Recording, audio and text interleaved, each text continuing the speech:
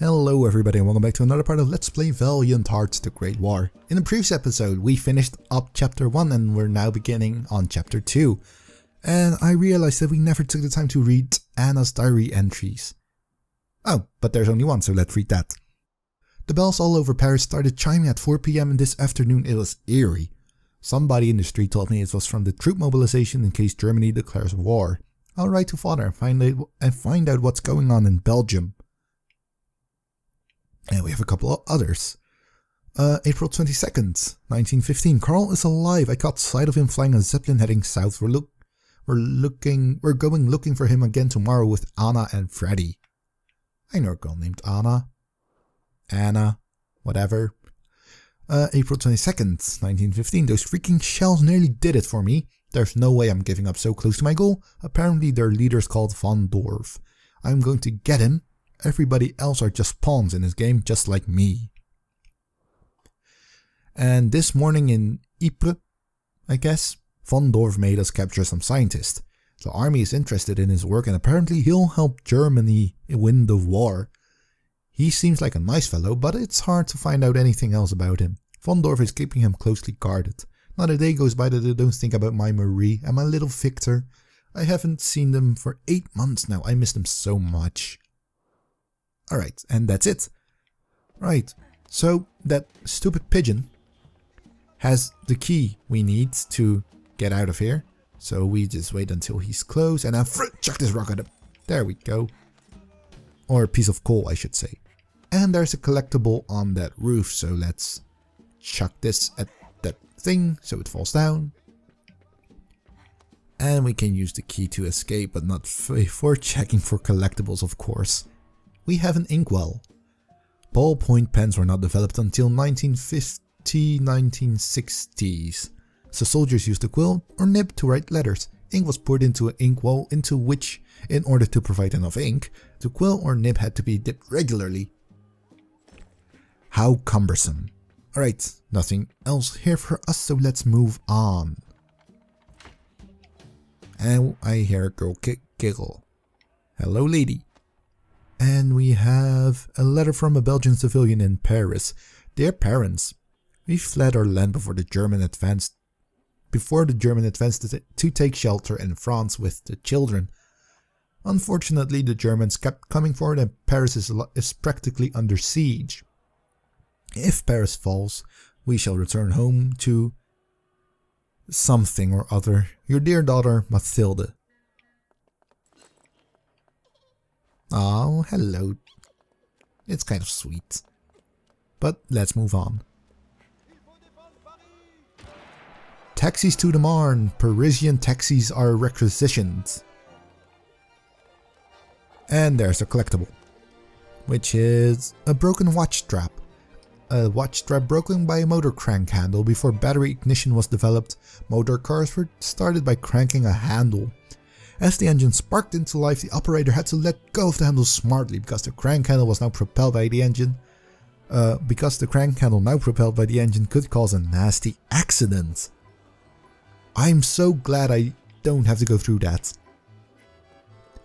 So if we go over here, we will find a broken down taxi. Somewhere. There it is. And we have things. The Germans at the gates. Fact.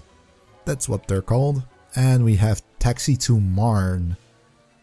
So you can pause if you want to read that. And the soldier gives up. What a loser. Let's fix this taxi for him. And I see collectible, which is newspapers. The main source of information was the newspaper. Radios were in their early days based on tube technology and television did not exist. On top of local and national news, a new section appeared in the newspapers dedicated to the events on the front. Some newspapers also published daily listings of prisoners of war and war dead. That's kind of grim, but okay. So we have a little wrench with a cross, which obviously doesn't fit. We need a wrench with a square, and this one isn't it either. But we will need this one in a minute. So let's grab the square one first and lower the car. And at this point, we will find out that the car needs water. So let's give it water. But for that we need a little vial first, so let's go grab us a vial. And the little child got hurt, probably running around and falling over, stupid kid. But we're a medic, or we're training for it to become veterinarians. Veterinarians, I don't know how to pronounce the word actually. And children aren't all that different to animals, I guess. If you can't tell, I really don't care for children. But we fix up her leg, and her mother in her eternal gratitude decides to give us that vial. Or she will leave that there for us, which is fine too. So now we run over to that the fire hose extinguisher thing. We will grab this because we need this. Oh crap. Alright, let's grab the vial first. We head over to this fire hydrant. Is that the word I was looking? Oh, we need that. We need that stupid. Oh wait, let's leave this here because it's easier to grab over there. Alright, so we need to turn this on first. There we go. Then we grab the vial. We place it there and fill it up with water. And then we can pour it into the car's radiator, I guess, and use as coolant. Let's go! And we have another car section here, which I've come to really enjoy because of the music. And this time it's the can. So I'll be silent for a minute to let you enjoy the music.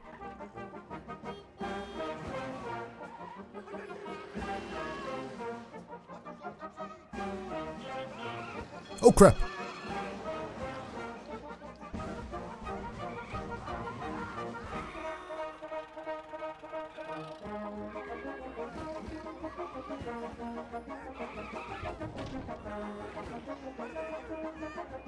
Oh, we almost hit that.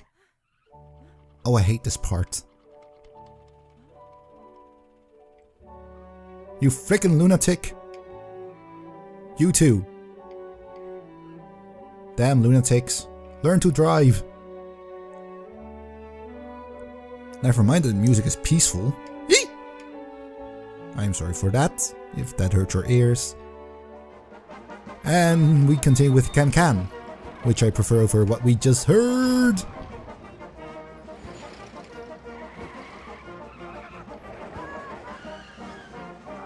We're almost there.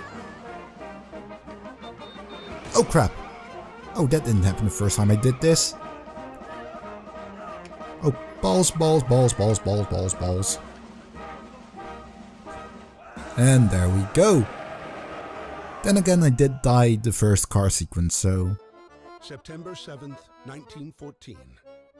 Taxis drove all night. Anna was proud to help the soldiers reach the front line. When Anna arrived at her destination, she discovered the horrible truth with her own eyes.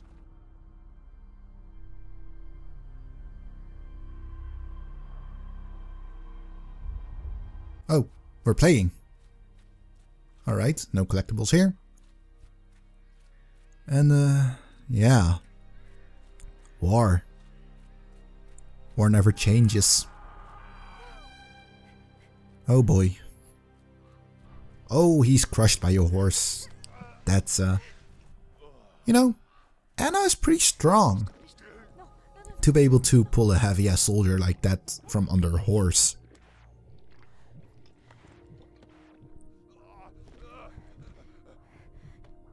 I also think it's a kind of neat detail that that Rag become less bloody over time as you heal him.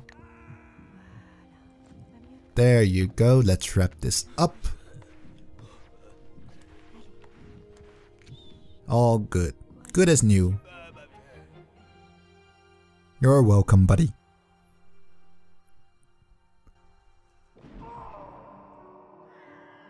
Seven months went by. Driven by compassion, Anna devoted herself, body and soul, to healing the wounded and the sick. Every life saved was another small victory over The conflict, however, raged on.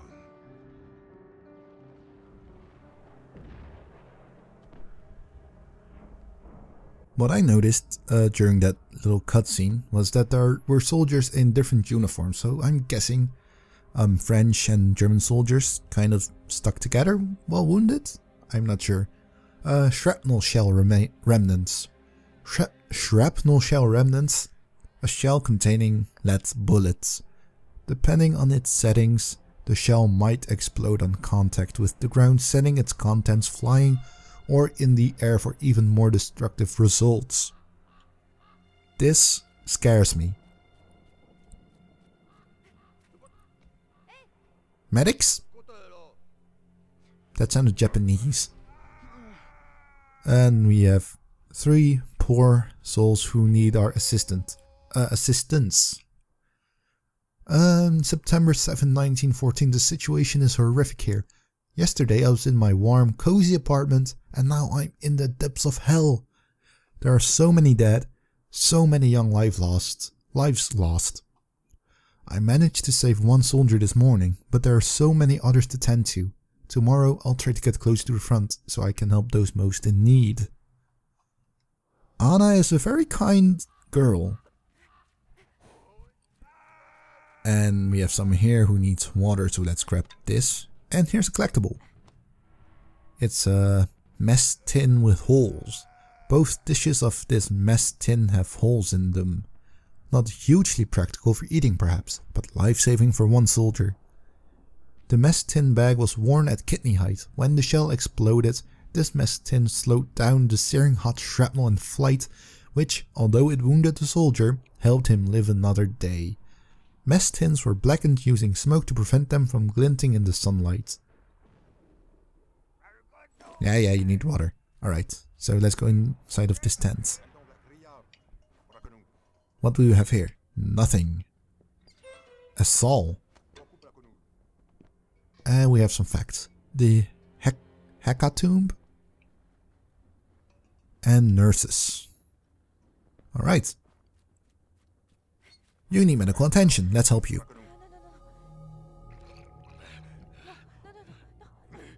So this will disinfect your wounds. Oh, I'm afraid I can save you. We have to amputate. I'm sorry for this, sir. Oh, I'm so sorry. Oh, maybe that stuff in the vial were anesthetics? Hopefully? I can't imagine one's arm being sawed off without being heavily sedated. Ugh. That's not a fun thought. I'm doing my best here, hint system. And there are a pair of socks here. Tallow socks. Socks soaked in refined tallow and coated with formal. The most effective way to beat the cold and damp, frostbite and other ailments. That at least was what the adverts had people believe. However effective the socks were, the soldier's best friend was always a nice dry pair. I would concur. And as you can see, that thing isn't running, so we have to do something about that. And I think that will be the last thing we do before ending this episode. Because we're slowly running out of time.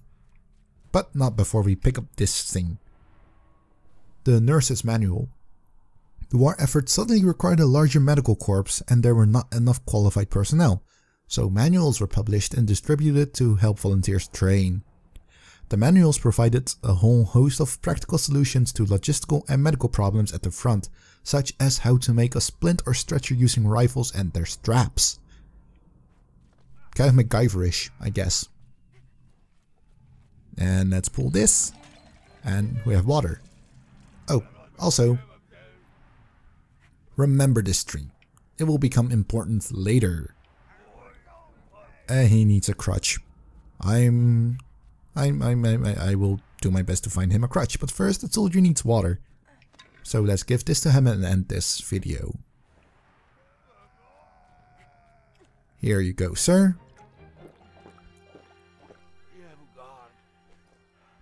Alright, and that's gonna be it for this part. So thank you guys for watching, and I will see you guys next time. Goodbye.